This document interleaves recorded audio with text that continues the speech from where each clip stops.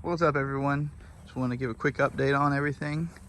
I've been working on the Bronco, trying to figure out why the brake lights haven't been working. Finally starting to put it back together. I figured out what it is.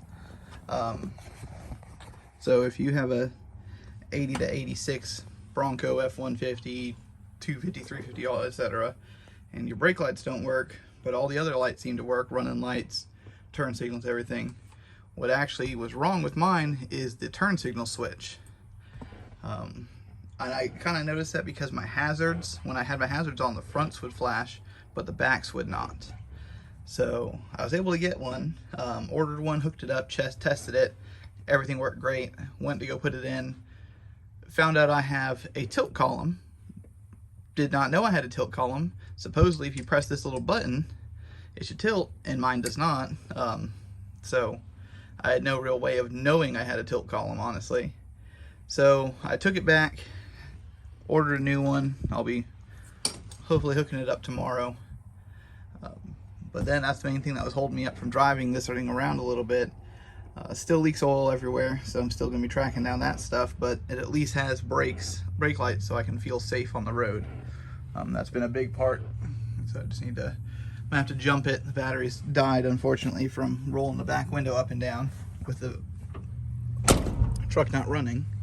Still need to wire up the headlights and everything. I pulled that whole harness back through when I was tracing the brake lights. The 88 Suburban just kind of sat there. It's been driven a little bit. Finally got it on the highway. Went about 70 miles an hour for a little bit in it. Drove it around for about an hour off and on the other day. And it did pretty good. One final look of the shed shop, because we got approved for our permits for our shop. So once we have the shop, obviously my big toolbox will go, both my tool carts will go. I think I'll take this cart with me for the time being until I can build some shelves. I'll probably leave this one in here, but all my parts will go with me. I have a bunch of my engine stands over here. All my trim for the trucks will come in there. There'll be a lot of purchasing. Sorry, I don't know if that fan is too loud. A lot of purchasing of shelves. The company that was going to build the loft when they built the building, unfortunately, is going to be unable to do it. So, for the time being, we are just going to take it without that, and thankfully they're not charging me for it. You know, I'm saving some money on it, and we'll be able to put that money into building our own loft. It'll just be a little bit less of a clear span than I wanted. I was hoping for an 18-foot clear span. We're going to end up with a 15-foot clear span just for engineering purposes of wanting to save a little bit on costs. It's a little bit difficult out here to find LVL beams, things like that. We used to have a septic tank out here, had it removed, had all the lines removed, had it all backfilled and rolled with that. So we got everything, got all of our deposits paid, and hopefully they'll be out here to do concrete in the next week or two. So you can see, so that's the front corner there. It's gonna be 12 feet over, 30 feet back. We're gonna have a loft, a little 12 by 12 gym in the front, and then 3 10 by 10 doors to that corner. We'll have about 3 feet from the corner. This far bay, eventually we'll have a lift in it. We're gonna have a little bit of extra concrete poured for lift supports. The slab itself is going to be 4 inches with 12-inch footers.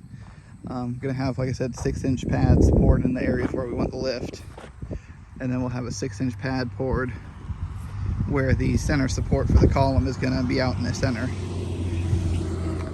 But it's coming along. Should be here before we know it.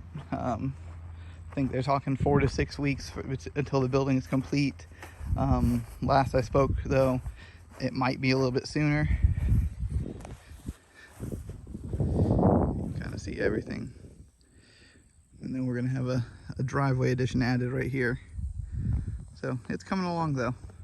Just wanted to give a quick update on where the Bronco was and where all this stuff is. Hopefully next time, hopefully I'll post a video in the meantime, but next time you see everything, hopefully the shop will actually be up.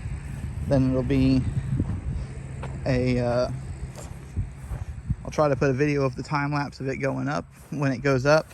I've already gotten some of them doing the groundwork right there, but it's only like 30 seconds worth of footage, so I'm gonna wait until I get everything else put in. And then we're going to get electrical done and epoxy or polycuramine the floors.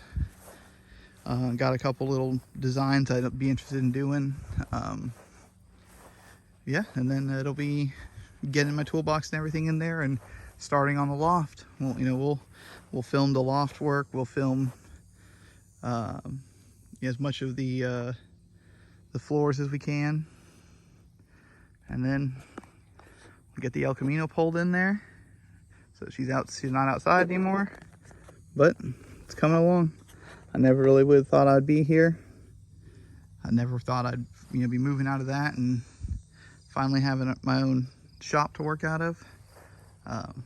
Honestly, I can't appreciate my wife putting up with me for everything she does and letting me have this expensive hobby. But I'll try to update everyone as it goes on, and I'll catch you guys later.